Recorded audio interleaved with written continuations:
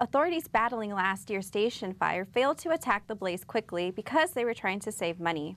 That's the word from the U.S. Department of Agriculture, which reviewed the actions of the Forest Service in 2009 wildfire.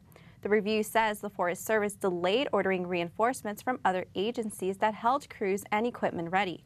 Forest Service officials have insisted that cost concerns never slowed down their efforts to stop the blaze. The fire was the largest wildland blaze in L.A. County history and killed 2 firefighters. A Koreatown couple has sent a burglar to the hospital after beating him over the head with a golf club. The residents found the man in their home in the middle of the night. Police say rather than cooperating with the intruder's demands, they beat him into submission. The couple held the man down until police arrived. The poverty level for African Americans in the U.S. increased more than any other ethnic group in the country. More African American families are living in poverty than at any other time since the U.S. Census Bureau started collecting data.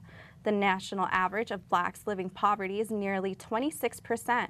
More than 33% of black children live in poverty. Census data also show that many people have been thrown into poverty because of the prolonged recession. The median annual income for African Americans has consistently lagged behind whites.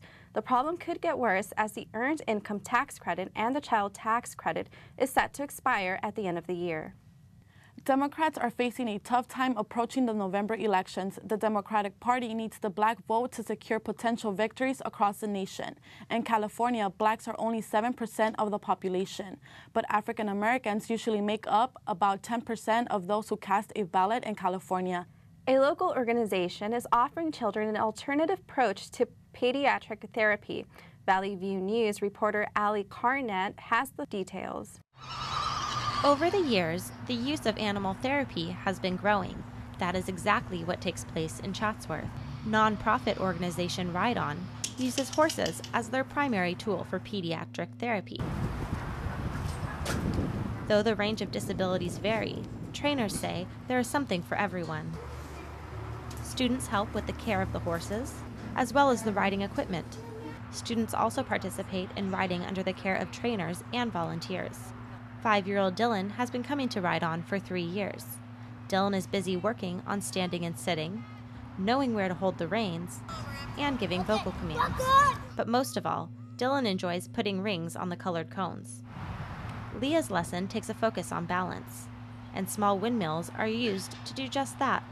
The barn holds several horses that are used in therapy, and also those who are still in training. Lesko here is 16 years old and has been participating in the therapy program for 10 years. Fish Sticks is one of the younger horses and is still in training for the program. It is critical that the horses are trained to be extremely calm and well-mannered. Head instructor Bree Wilson says the relationship between horse and rider is a key component in the student's success. When you're riding them, you feel a part of them, and for a lot of these kids, they're so used to being by themselves and doing the therapy one-on-one. You know, a lot of them lead very solitary lives, and you know, being on the horse gives them something to be proud of themselves about and feel accountable for and have a partner. And after a long day of work, the horses enjoy relaxing in their stalls and just being a horse. In Chatsworth, I'm Ali Carnett with Valley View News. A school in Woodland Hills is giving a whole new meaning to higher education. Valley View's Peshman Mokhtari brings us more from the newsroom.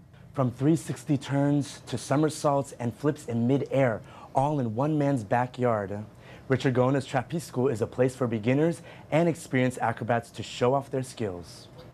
Richie Gona leaves his home twice a week for work, which is not a far trip for him. And 1, 2, go! Open! The Trapeze School in Woodland Hills is located in the backyard of Gona's house. The school ranges from trampolines to low and high-level bars. And 1, 2! The most popular attraction for the public is the high-altitude trapeze set.